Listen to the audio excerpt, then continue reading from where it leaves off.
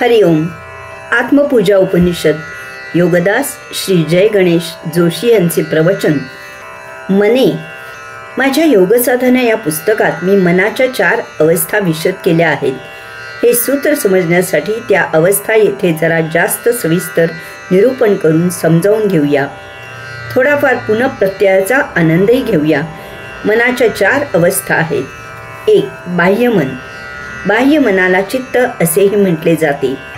बाह्य मन देहाच्या परिघावर कार्यरत असते. हे मन फार उच्छृंखल असते, उतावळे असते, गडबड करणारे असते, गोंधळ घालणारे असते. पंच ज्ञानेंद्रियांना ज्ञान झाले की या मनाला त्यावर क्षणार्धात व्यक्त व्हायची, प्रतिक्रिया द्यायची, कृती करायची फार घाई झालेली असते. समोरील घटना पचवून घ्यायची या मनाला सवय नसते. यामुळे अशा व्यक्तीला व्यावहारिक अपचनाचा त्रास होऊ शकतो. त्यामुळे व्यावहारिक दृष्ट्या फार धोकादायक अशी ही मनाची अवस्था असते. परंतु अचानक आलेल्या संकटकाळी देहाच्या संरक्षणासाठी हेच बाह्यमन फार उपकारक असते. व्यावहारिक दृष्ट्या. प्रथम या मनाला व्यावहारिक दृष्ट्या समजावून घेऊया. आपल्याला अनेक जण असे म्हणतात की जेव्हा आपण त्यांना काही सांगत असतो तेव्हा ते आपला मुद्दा पूर्ण सांगून होण्याआधी मध्येच आपले वाक्य तोडतात आणि जे काही ऐकले अर्थातच अपूर्ण त्यावर भाष्य करतात, व्यक्त होतात. यांचा मेंदू फार धावत असतो, त्याला स्थिरता नसते. त्यांना असे वाटते की किती पाल्हाळ लावले आहे, तुम्हाला काय म्हणायचे आहे ते मला समजले, हे घ्या त्याचे उत्तर. यामुळे अनेक वेळा अशा लोकांकडून चुकीचे बोलले जाते आणि जीभ चावायची वेळ येते. एवढ्याने भागले तर ठीक, नाही तर समोरील मनुष्य बिथरतो किंवा व्यवहार बिघडतो, चुकीची प्रतिक्रिया दिली जाते किंवा समोरच्या व्यक्तीचा गैरसमज होतो आणि या सर्वांचे परिणाम भोगावे लागतात. बोलत असलेल्या व्यक्तीला मध्येच थांबवणे हा त्या व्यक्तीला त्याचा अपमान वाटण्याची शक्यता असते. काही जण अशा व्यक्तीचा गैरफायदा घेतात. अशा व्यक्तीला बोलते करण्यासाठी, त्याच्याकडून माहिती मिळवण्यासाठी ते काहीतरी अर्धवट बोलतात आणि अशाला बोलते करून माहिती काढतात. अशा व्यक्ती एखादी घटना पाहतात आणि त्यावर सांगोपांग विचार न करता, त्या घटनेची शहानिशा न करता त्यावर प्रतिक्रिया देतात. ती बहुधा चुकीची असते. यामुळे अशा व्यक्तीच्या संपर्कात आलेलेही गोत्यात येतात. अशा व्यक्ती बहुधा बोलघेवड्या असतात, बातम्या पसरवण्यात पटाईत असतात. त्यासाठी त्यांचा उपयोग धूर्तपणे करूनही घेतला जातो. हे असे बाह्य मन फार त्रासदायक असते आणि अशा मनाला वेळीच सावरून त्याची ही सवय प्रयत्न करून कटाक्षाने बंद करावी लागते. अध्यात्मासाठी तर असे हे मन कायमकरिता पूर्णपणे निष्प्रवच करावे लागते. एरवी आवश्यक ती आध्यात्मिक स्थिरता येणे शक्य नसते. यासाठी नित्य नियमित सत्संग करावा, दररोज ध्यान करून आत्मरत राहून त्याला ताळ्यावर आणावे. संरक्षण दृष्ट्या. बाह्य मन देहाच्या संरक्षणाच्या दृष्टीने फार उपयुक्त असते आणि अत्यावश्यकही असते. अचानक काहीतरी संकट उद्भवते आणि आपल्या देहाकडून त्याचे पारिपत्य केले जाते, संकटापासून संरक्षण केले जाते. अशा वेळी त्यावर मेंदूची प्रतिक्रिया घ्यायला, स्मृतीची मदत घ्यायला, त्यावर विचार करायला सवड नसते. किंवा असे म्हणूया की हे सर्व क्षणार्धात त्या बाह्य मनाकडून आपोआप घडते. याला प्रतिक्षिप्त क्रिया असे म्हणतात. झटकन, तत्काळ, तत्क्षणी, अभावितपणे क्रिया केली जाते. उदाहरणार्थ, आपण रस्त्याने चालत असतो आणि अचानक समोरून आपल्या अंगावर गाडी येते. आपण तत्क्षणी दूर होतो किंवा आपल्यावर काही संकट येते आणि आपण ओरडतो. त्यामुळे आपल्याला मदत मिळते. किंवा जर एखाद्या व्यक्तीमुळे संकट येत असेल आणि अशा वेळी आपण ओरडलो तर ती व्यक्ती सावध होते आणि संकट टळते. या बाबतीत काही वेळा अद्भुत अनुभव ऐकायला मिळतात. एखादा झोपेत घराबाहेर चालत जातो आणि त्याच्या मागे ते घर कोसळते. त्या आवाजाने हा झोपेतून जागा होतो आणि त्याला कळते की तो वाचला आहे. व्यावहारिक दृष्ट्या किंवा अध्यात्मासाठी बाह्य मन जरी निष्प्रभ केले तरीही ते संरक्षणासाठी जसे असते तसेच कार्यरत राहते. कारण ती औषात्म्याच्या प्रेरणेने झालेली, जीवात्म्याची जीवित राहण्यासाठीची देहाकडून करून घेतलेली प्रतिक्षिप्त क्रिया असते. ती क्रिया स्वयंभू असते. त्याचा ज्ञानेंद्रिय, बुद्धी, स्मृती, मन, जीव इत्यादींशी काहीही संबंध नसतो. अंतर्मन हे बाह्य मन आणि सूक्ष्म मन यामध्ये असते. याला सूक्ष्म मनाकडून प्रेरणा मिळत असतात आणि त्याच वेळी ते बाह्य मनाकडून प्रभावितही होत असते. यामुळे नेहमी दोलायमान अवस्थेत ते कार्य करत असते. आपली अनेक वेळा द्विधा मनस्थिती होते ती यामुळे. हे करू की ते करू, असे करू की तसे करू, करू की नको करू, या आणि अशा अनेक मानसिक आंदोलनात आपण निर्णय घेत असतो.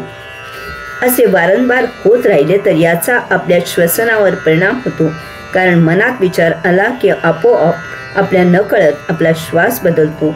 अशा प्रकारे जर आपले विचार सतत एका पातळीहून दुसऱ्या पातळीवर पळापळ करू लागले तर आपला श्वासही तसा त्या प्रकारे कमी जास्त होत राहतो. त्याची स्थिरता ढळते. यामुळे रक्तदाब सतत बदलत राहतो. यामुळे रक्ताभिसरणावर परिणाम होतो. आपण रक्तदाबाने, हृदयविकाराने आजारी होतो. यावर बाह्योपचारी औषध उपलब्ध नाही.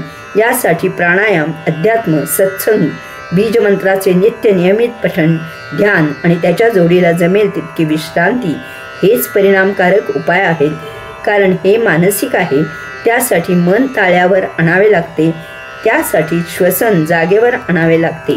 श्वसन जसे पाहिजे तसे झाले की विचारांवर नियंत्रण येते आणि त्यायोगे मन जाग्यावर येते. अंतर्मन द्विधा स्थितीत असल्यामुळे ते उपद्व्यापी आणि खोड्या काढणारे, उच्छाद देणारे असते. आपण जेव्हा ध्यानाला डोळे मिटून निश्चल बसतो तेव्हा हेच अंतर्मन त्याला विरोध करू लागते.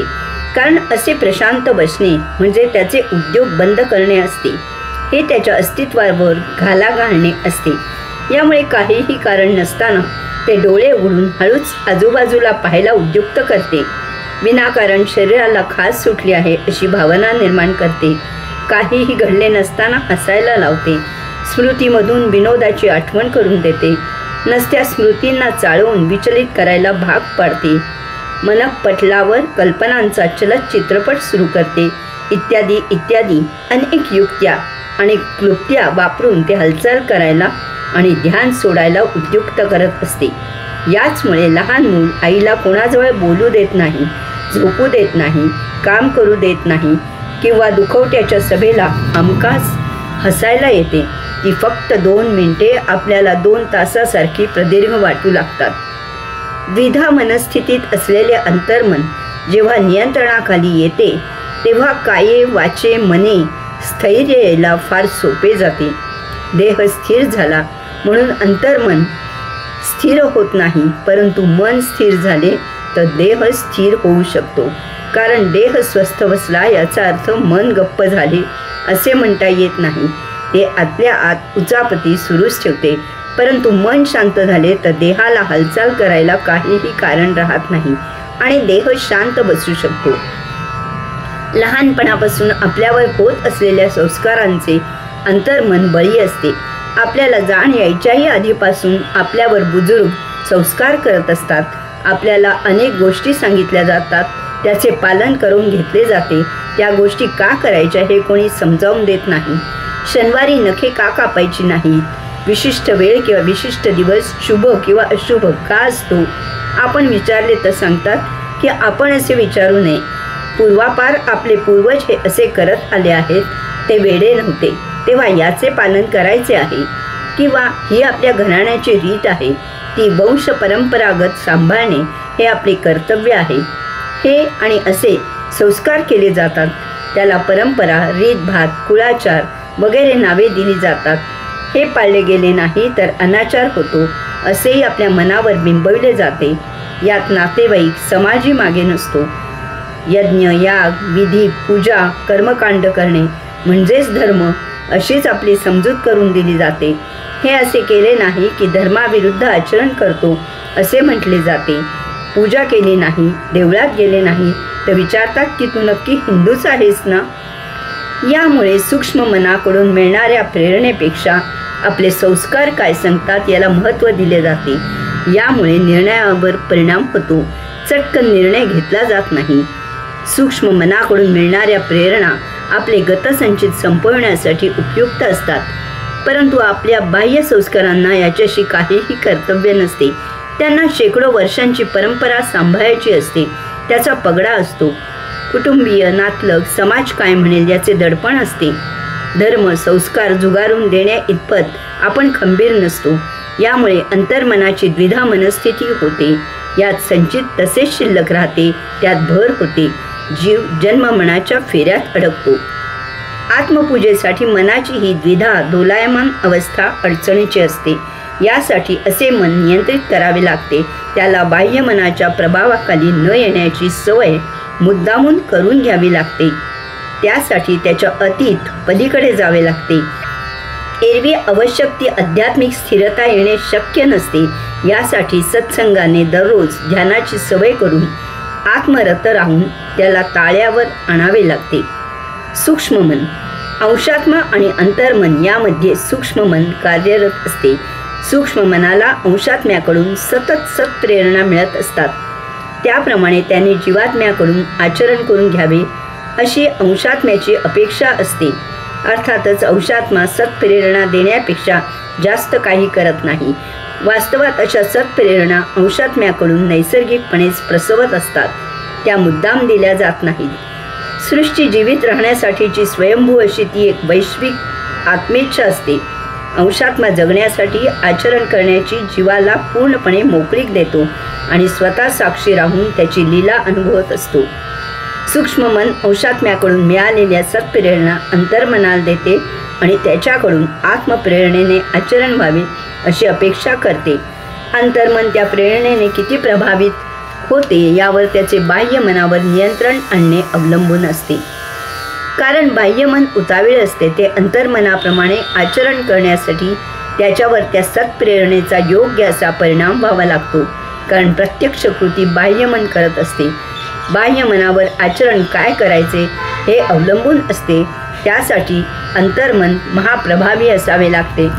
अंतर्मन प्रभावी होण्यासाठी त्याच्यावर सत्संगाचा प्रभाव असावा लागतो. सत आचरण म्हणजे काय? त्याचे संस्कार त्याच्यावर व्हावे लागतात.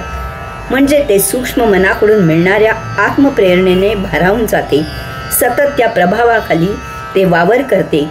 मग त्याच्यावरील वंश परंपरागत कुटुंबाच्या समाजाच्या संस्कारांचे ओझे कमी होते. दडपण कमी होते. तो संस्कारांचा पगडा नष्ट व्हावा लागतो. यासाठी सत्संगाने दररोज ध्यानाची सवय करून आत्मरत राहून त्याला ताळ्यावर आणावे लागते. अमन नमन ही मनाची चौथी अवस्था आहे. हीच अवस्था आसनासाठी, ध्यानासाठी, पूजेसाठी अपेक्षित आहे. या अवस्थेत मनाची लुडबुड थांबते. मन जीवात्म्याच्या सेवेला जीवात्म्यात विलीन होते. त्याला त्याचे स्वतंत्र अस्तित्व उरत नाही. त्याच्या उचापती थांबतात. हे कसे होते? पंच ज्ञानेंद्रियांकडून मिळालेल्या ज्ञानावर सत्संग, अध्यात्म इत्यादीमुळे बाह्यमन कोणतीही प्रतिक्रिया देत नाही. ते प्रशांत झालेले असते. त्यामुळे पंच ज्ञानेंद्रियांना मिळालेले ज्ञान सरळ बुद्धीकडे निघून जाते.